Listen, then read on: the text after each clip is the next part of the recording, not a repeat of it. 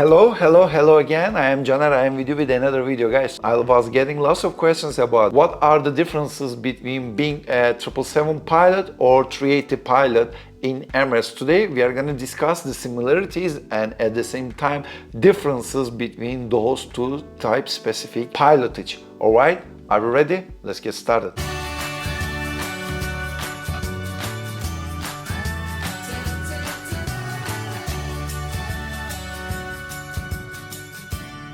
Alright, as you know, Emirates is a all-wide body flying airline, so the smallest airplane in Emirates is 777. It's a great airline, but can you imagine, it's the smallest airplane that they have is 777. From this perspective, it's really interesting to work for Emirates because when you say I'm flying 777, in the Emirates, they're like, this is small, but in fact, it is the largest twin-engine airplane in the world, and they are the largest 777 operator, and they're the largest 380 operator in the world. Let's start with the similarities because most of the things, company-related benefits and perks are the same for both fleet. So let's start with the salary. The first thing, are there any differences between the salaries in Boeing 777 or 380 fleet? No, everyone is getting paid exactly the same amount. So if you join Emirates in the first year as a 777 first officer or 380 first officer, you will be making exactly the same salary. In the US, first year salary is the same, but when you check the second year salaries, the salaries are hourly rates actually are based on which airplane you're flying. Now let's discuss about the operation. What kind of operation you should expect in 777 and 380. 777 has a worldwide operation like 380, but 777 also operates freighter operations as well. As a 777 pilot, I was qualified for freighter operation as well, so I was making passenger operation and the freighter operation, and during the COVID time we were more inclined to make freighter operations, but after the COVID it were back to normal, so we used to make more passenger operation, whereas 380 guys were flying passenger operation. So that's how it is. You should expect passenger and freighter on 777 and passenger in 380 fleets.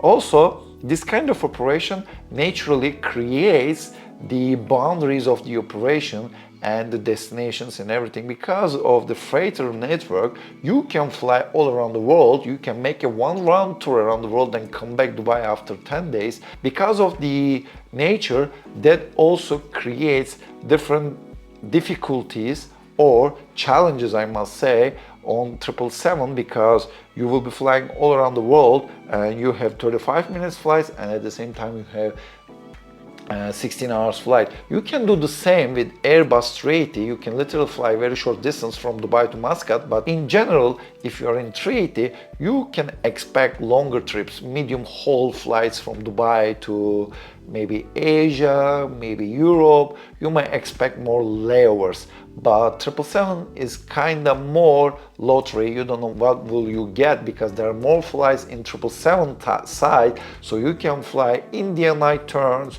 daytime turns, you can have European flights, you can have short flights to Saudi, Muscat, all this kind of Pakistan, but 380 guys are generally flying layovers. There are a few turns. These short trips are always occupied for training purposes, but that doesn't mean that you won't get these flights. Let's talk about the operation now.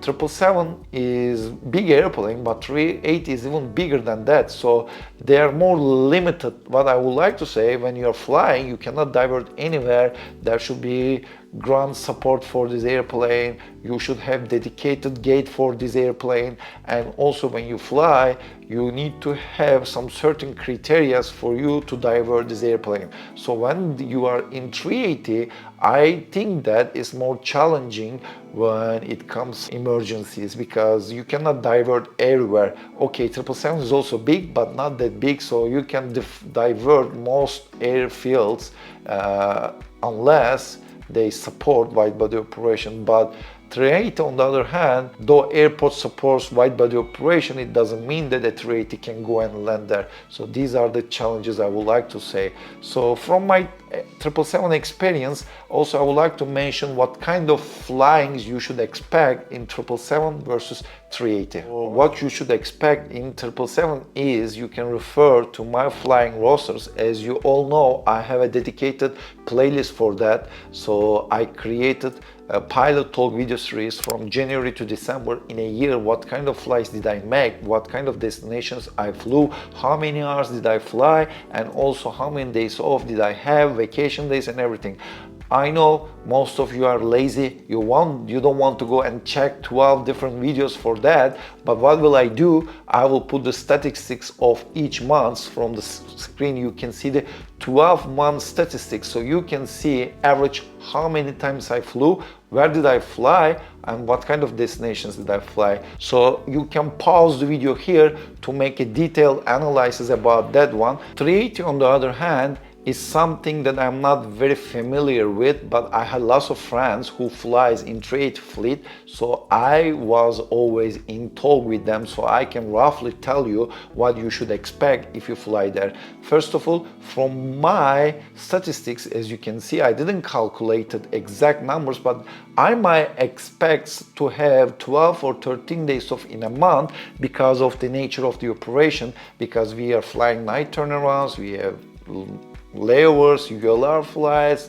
short flights, long flights. It's a well mixed. But 380 on the other hand, they're limited by the duty time, because when you fly a destination and come back, it's almost from Dubai to Europe 7-8 hours and 7-8 hours back, so which means that you will have roughly 15 to 16 hours for a duty, which is really productive. And when you have 15 hours duty like this, if you make 5 or 6 of them, you can easily end up about 80 hours. And even if you make the US one way 14 hours, then another 14 hours, 28 hours, so you can make 3 of them plus 2, another flight, 3 flights. You may expect 5 to 6 different flights per month, and you can expect to have 14, 13, 15 days of duty and another 15 days off.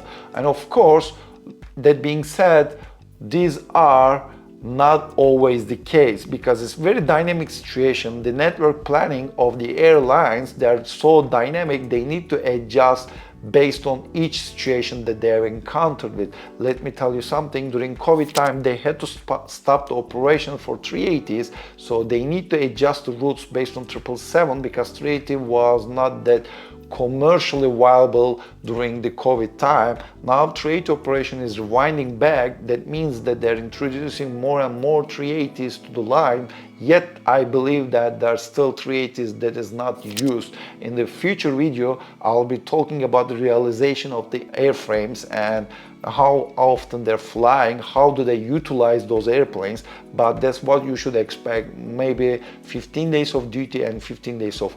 But now I know you will ask me, can I have block 15 days off if I fly in 380 because I fly less?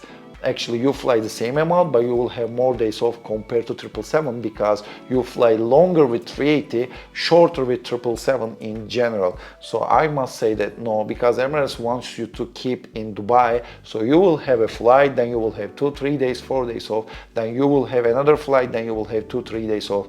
I never see a pilot was able to get 15-20 days off in a row, and they could do it constantly in a year.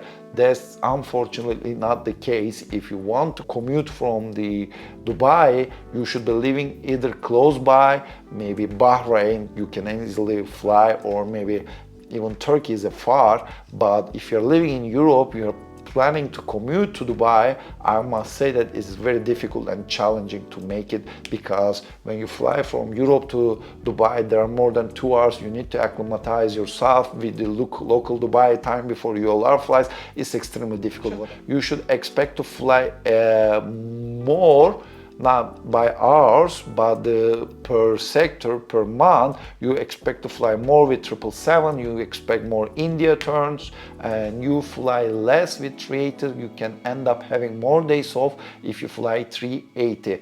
But unfortunately, during COVID time, everyone was flying such a high amount of time in 380. I had friends, they were working overtime so that they were getting paid more than 777 pilots, but unfortunately, during COVID time, they almost fired most of the expats in 380, because 380 was not a commercially successful at that time. But 777 on the other hand was a workhorse of the Emirates airline.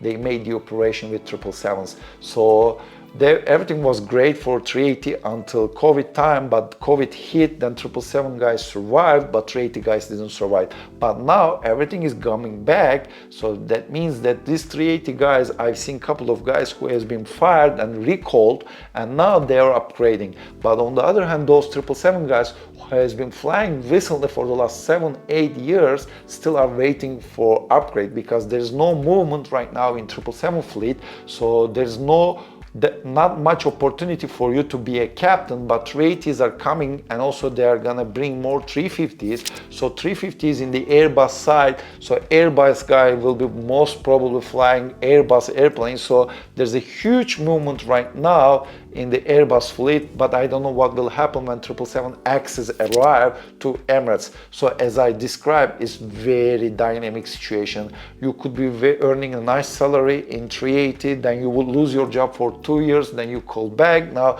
you're upgrading faster than 777 guy, everything goes perfectly. Now 777 looks like doing more work, night turnarounds and everything, but when 777X arrives, then everything will be totally different. Maybe these guys will flying longest distances, so they will have maybe 3 ULR in a month, then they're done.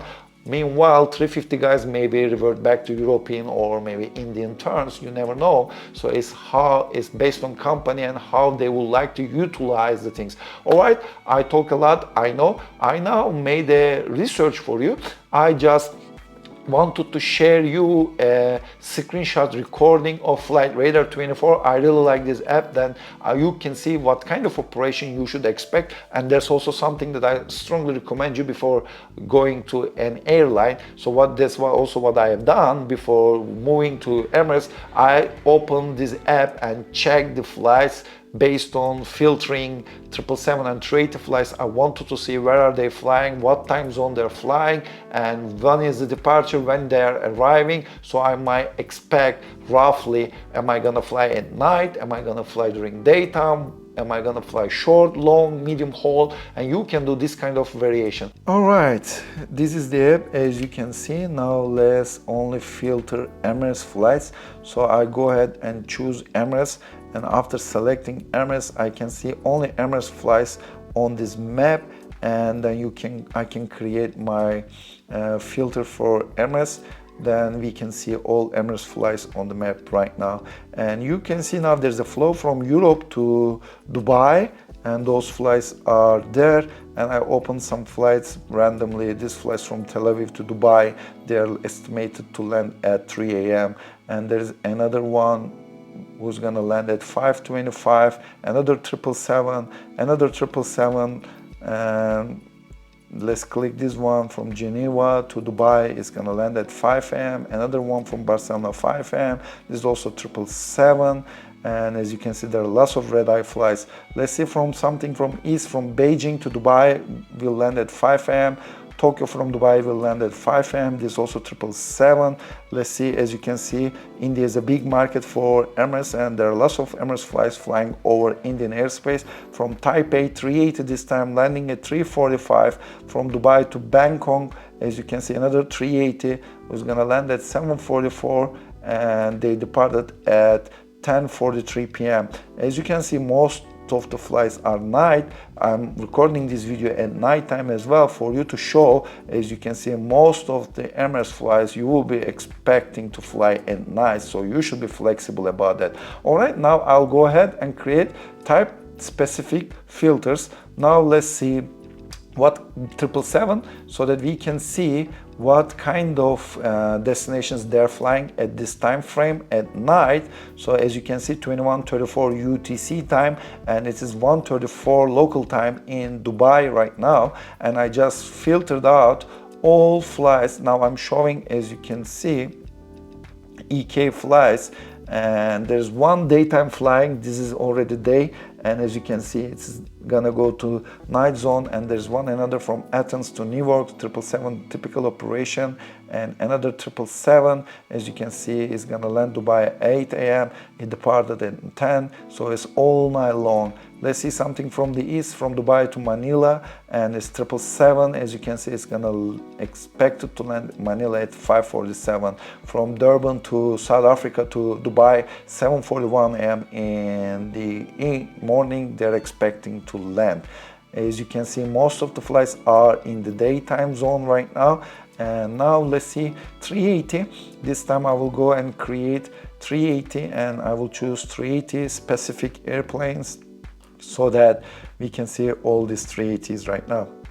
First thing you could see, there are not many 380 flights right now compared to 777. 777, as you can see, more than 380s flying right now, and we can see the utilization of the 380s.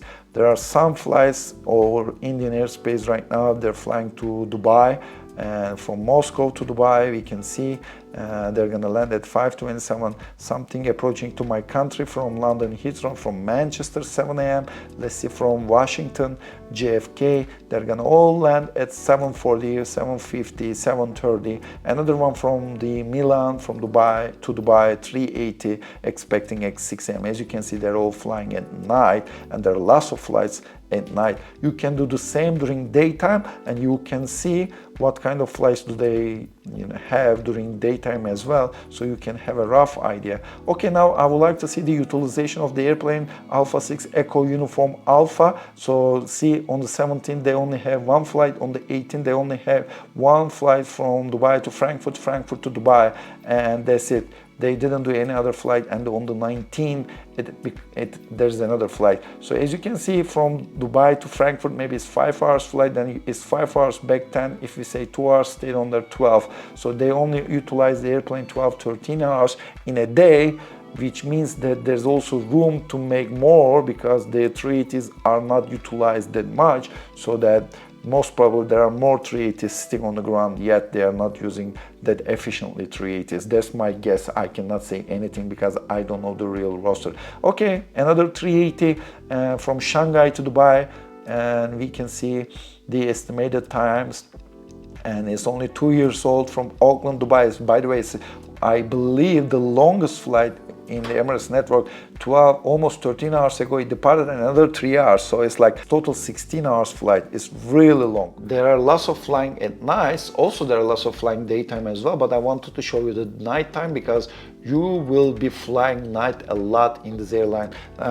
Most of the European departures will be daytime, but you will be coming back to Dubai during either evening time, night time, or all night long, flying red-eye into Dubai. So this is something you should expect for both fleet. There is no 777 or 380 differences. You will be flying at night. Since the flights are long, you will be intersecting night time, that time frame.